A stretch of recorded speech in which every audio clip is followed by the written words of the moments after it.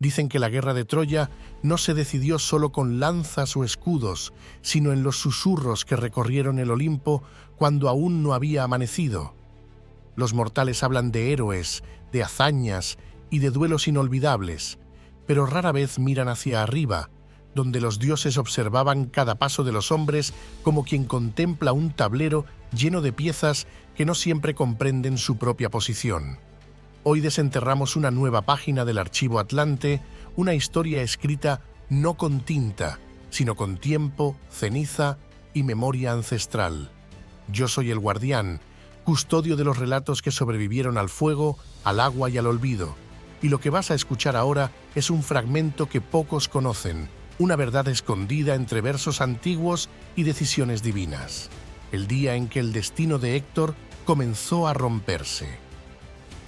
Porque Héctor, el príncipe de Troya, no fue un héroe cualquiera. Su sangre provenía de Zeus, sí, pero a través de generaciones olvidadas. No era un hijo querido del Olimpo, sino un príncipe moldeado por la tierra, no por los cielos, que brillaba no por un linaje bendecido por los dioses, ni por una furia desbordada como la de otros guerreros. Su fuerza nacía del deber, de la lealtad a su ciudad, de la responsabilidad de proteger a quienes vivían bajo sus murallas.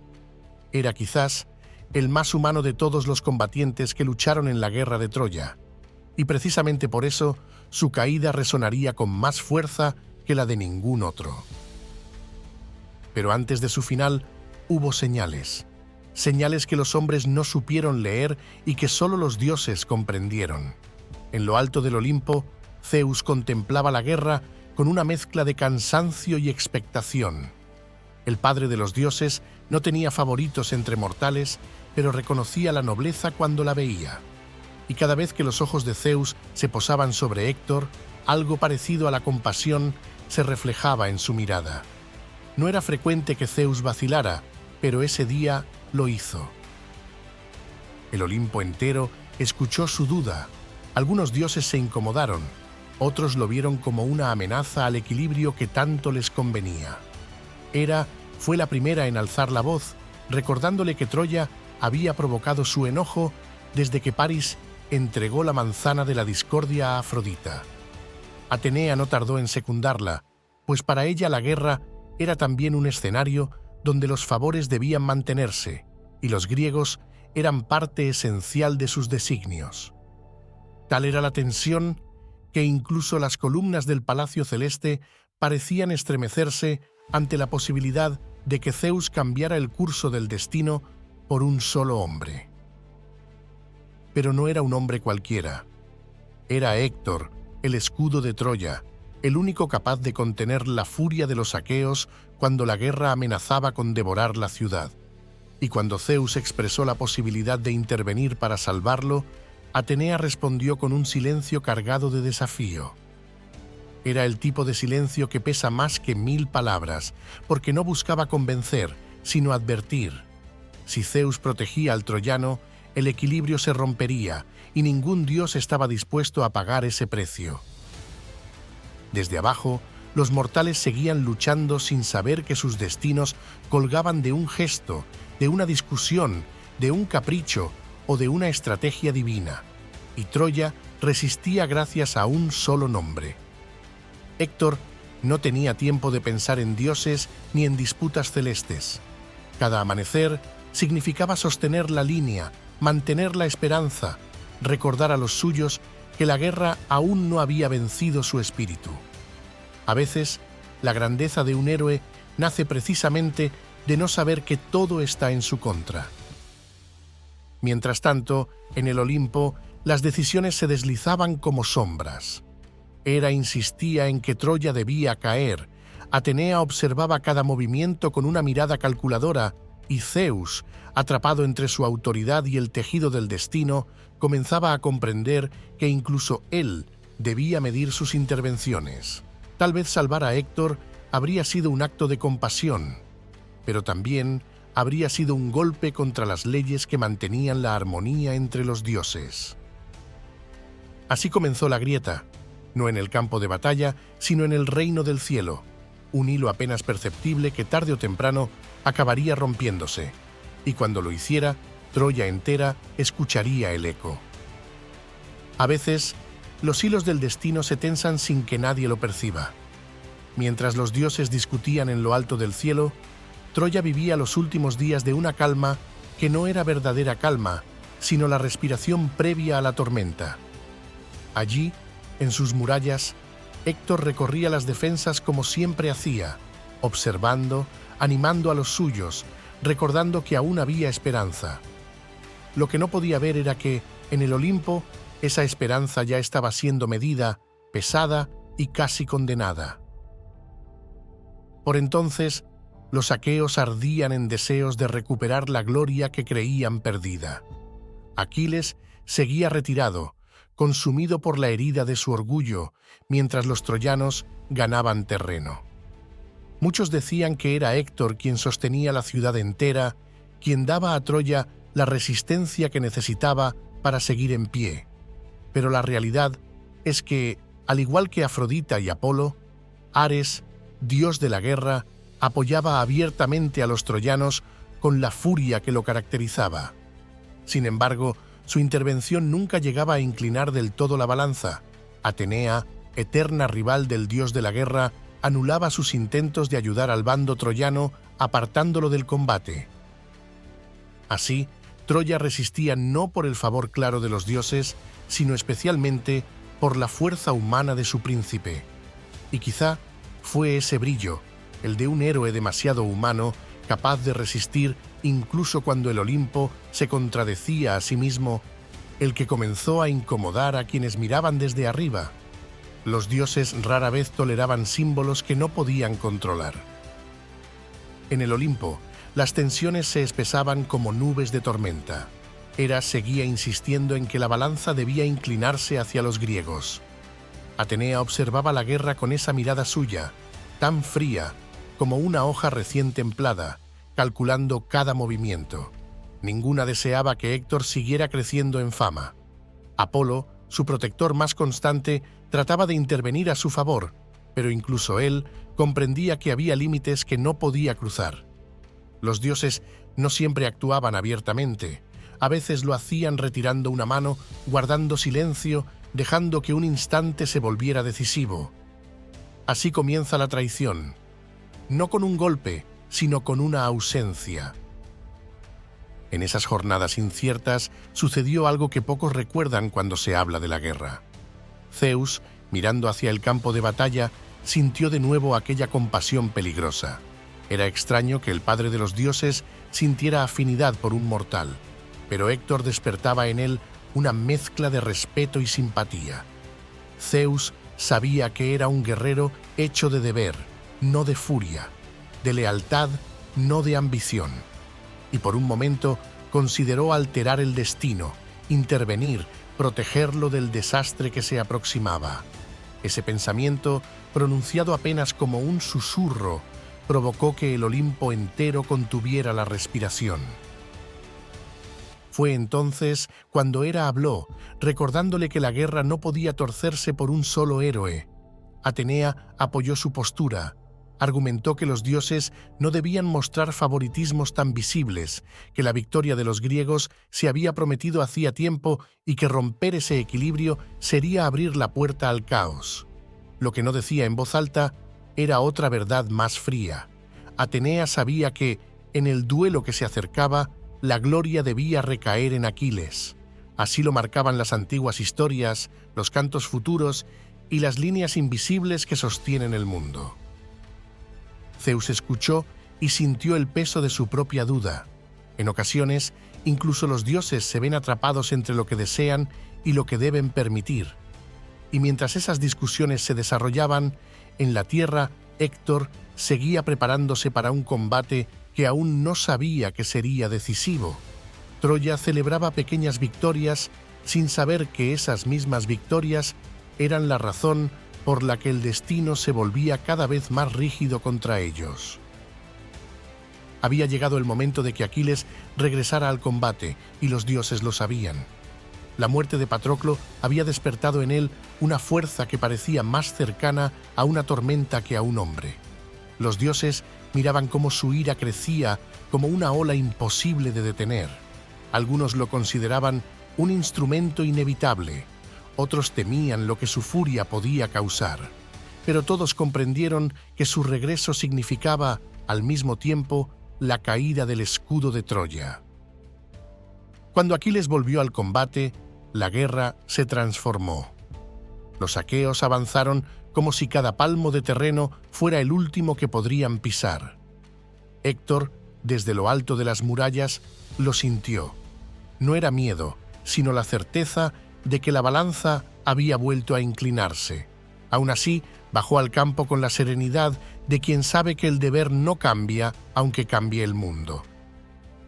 Y mientras el ruido de las armas llenaba el aire, Apolo lo protegía como podía, desviando golpes, guiando su paso, cubriendo su retirada cuando era necesario.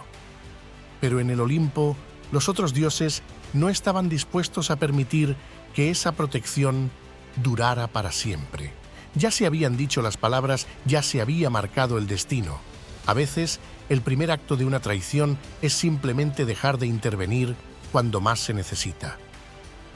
Así comenzó el cerco, no en las murallas, sino en las alturas invisibles, y Héctor, sin saberlo, caminaba hacia el espacio donde los dioses ya no querían acompañarlo.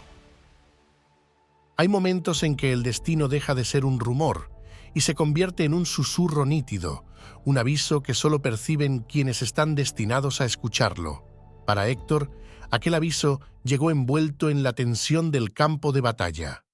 Los troyanos, que hacía apenas unos días avanzaban con determinación, comenzaron a sentir que algo había cambiado. No era solo el regreso de Aquiles, sino una presencia distinta, un aire denso, como si el cielo estuviera observando con demasiada atención. Aquiles avanzaba entre los guerreros como una tempestad que no pide permiso. La furia por la pérdida de su compañero lo envolvía, pero había algo más profundo que lo empujaba, una fuerza que no parecía nacer solo de su interior, sino de un designio que lo superaba. Cada paso suyo era seguido por los ojos invisibles de los dioses, y cada movimiento hacía temblar a quienes aún resistían. Frente a él, Héctor comenzaba a comprender que no se enfrentaba solo a un hombre, sino a la voluntad acumulada de quienes habitaban en lo alto. En esas horas inciertas, Apolo continuaba a su lado. Como el más constante de sus protectores, guiaba su brazo, fortalecía su ánimo y desviaba peligros que otros mortales jamás habrían visto venir. Gracias a él, Héctor logró salvar a los suyos de una embestida que habría derrumbado las puertas de la ciudad. Pero incluso entonces, el dios del arco sentía una inquietud que no podía ignorar. Había escuchado las voces del Olimpo, había visto la postura de Hera, había sentido la mirada de Atenea, y comprendía que su protección, tarde o temprano, sería considerada una ofensa. Las intervenciones de Apolo no pasaron desapercibidas. Hera, desde su trono luminoso, observó cada gesto con creciente desagrado. Atenea lo hizo con la frialdad de quien mide el alcance real de una ayuda, y cuando el equilibrio comenzó a romperse, la decisión se volvió inevitable. No podían permitir que un mortal, por noble que fuera, desafinara la melodía de una guerra que ya estaba escrita en los cantos futuros. Lo que sucedió después forma parte de las sombras del mito, pues no fue un decreto ni una orden abierta. Fue algo más silencioso, más definitivo.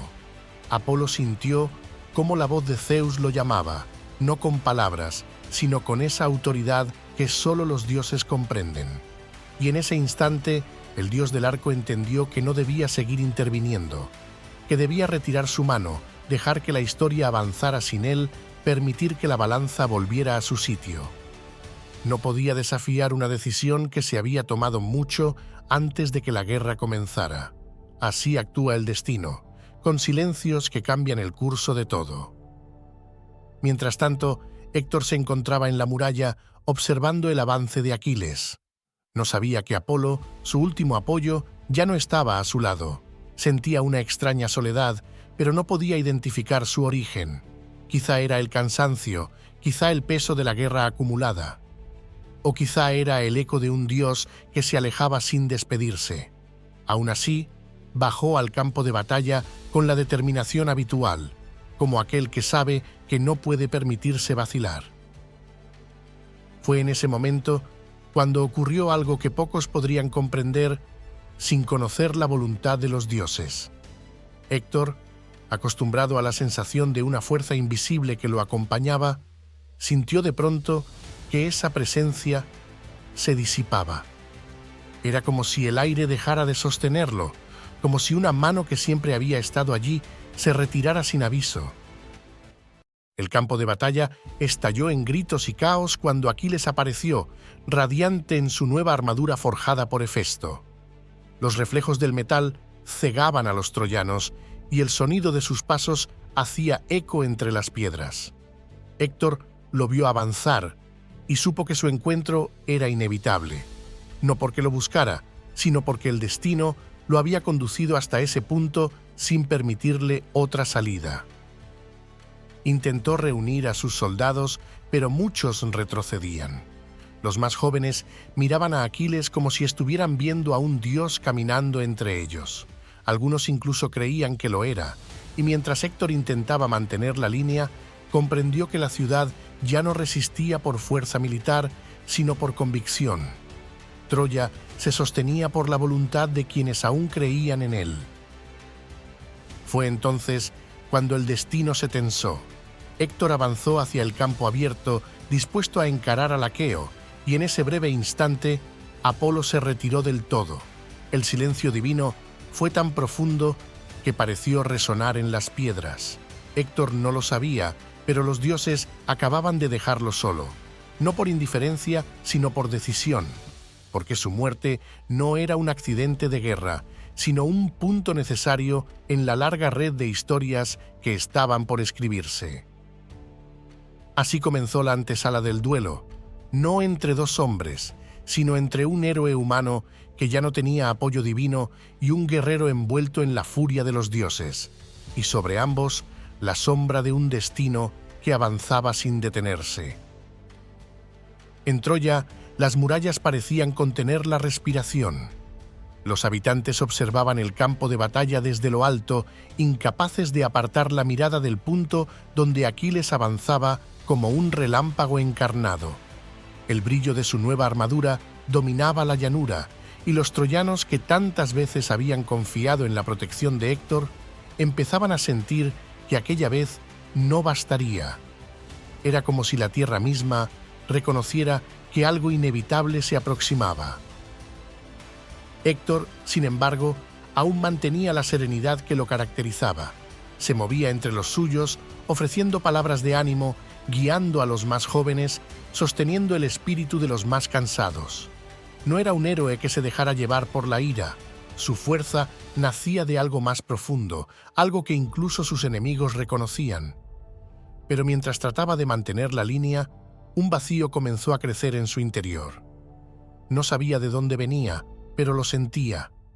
Era como si una presencia familiar hubiera desaparecido del todo. Lo que Héctor no podía saber era que Apolo había retirado su mano, obedeciendo una decisión tomada en lo alto del cielo, lejos del alcance de cualquier mortal. Aquiles avanzaba, y cada paso suyo parecía dividir el aire en dos. Los griegos lo seguían, impulsados por una furia que no nacía solo de la guerra, sino del deseo de vengar la caída de su compañero. Y mientras se acercaba, los troyanos comenzaron a retroceder. Algunos incluso corrían hacia las murallas, buscando refugio. Héctor vio el movimiento y comprendió lo que aquello significaba. Troya no resistiría si él no enfrentaba al aqueo. No era soberbia, era responsabilidad. La ciudad había confiado en él durante años, y ahora la mirada de todo un pueblo pesaba sobre sus hombros. Fue entonces cuando Aquiles lo llamó a duelo desde la distancia. Su voz resonó entre los escudos y las lanzas, y los troyanos contuvieron el aliento. Héctor avanzó unos pasos, pero luego se detuvo. Por primera vez en mucho tiempo, sintió que algo en su pecho se desmoronaba. No era miedo al aqueo, era la certeza de que algo había cambiado en el mundo. que el destino se había vuelto demasiado silencioso a su alrededor. En ese instante decidió huir, no por cobardía, sino porque necesitaba tiempo para entender qué estaba ocurriendo. Corrió alrededor de las murallas y Aquiles lo siguió como una sombra imparable. 3 veces dieron la vuelta a la ciudad. Desde lo alto, los troyanos miraban sin comprender cómo su príncipe, siempre tan firme, evitaba el enfrentamiento. Pero Héctor no huía de Aquiles. Huía de la ausencia que lo envolvía, del silencio que antes nunca había sentido. Intentaba escuchar un susurro divino que no llegaba. Fue entonces cuando ocurrió lo que selló su destino. En un instante casi imperceptible, cuando Héctor ya no podía seguir corriendo y el aire ardía alrededor de ambos, una figura apareció a su lado. Era su hermano, o eso creyó él. Lo vio con claridad. El porte familiar, el gesto decidido, la mirada que tantas veces lo había acompañado en la batalla. Creyó que Deífobo había acudido en su ayuda, y con la fuerza que da la esperanza, Héctor se detuvo. Al fin, ya no estaba solo. La trampa había funcionado. Lo que Héctor no sabía era que esa figura no pertenecía a ningún mortal. Era Atenea adoptando el rostro de quien él más necesitaba ver en ese momento. La diosa no llevaba armadura ni grito de guerra, llevaba el silencio engañoso de un destino ya decidido. Con esa aparición, Atenea quebró la última defensa del troyano, su certeza de que aún tenía aliados en el campo. Convencido de que lucharía inspirado por la presencia de su hermano, Héctor se giró para enfrentar al aqueo. Y en ese pequeño giro, en ese instante breve en el que creyó tener apoyo, Atenea abandonó la escena. No dejó rastro, ni luz, ni sombra. Simplemente se retiró del campo como el susurro de un viento que nunca estuvo allí. Fue entonces cuando Héctor sintió que algo no encajaba. La figura de su hermano estaba allí, sí, firme a su lado, pero el silencio alrededor parecía más profundo que nunca. No quiso detenerse en esa sensación, no ahora, no cuando Troya lo observaba desde lo alto. Sabía que su hijo, su esposa y su padre aguardaban su regreso. No dejó que el amargor lo dominara. El destino había cerrado todas las puertas menos una, la de enfrentarse con dignidad.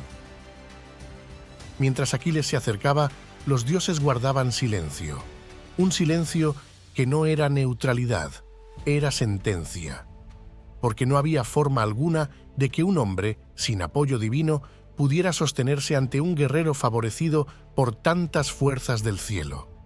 Aún así, Héctor levantó su lanza con la convicción de alguien que no renuncia a su deber, aunque el mundo entero se haya apartado de él. En las murallas, Troya entera contenía el aliento.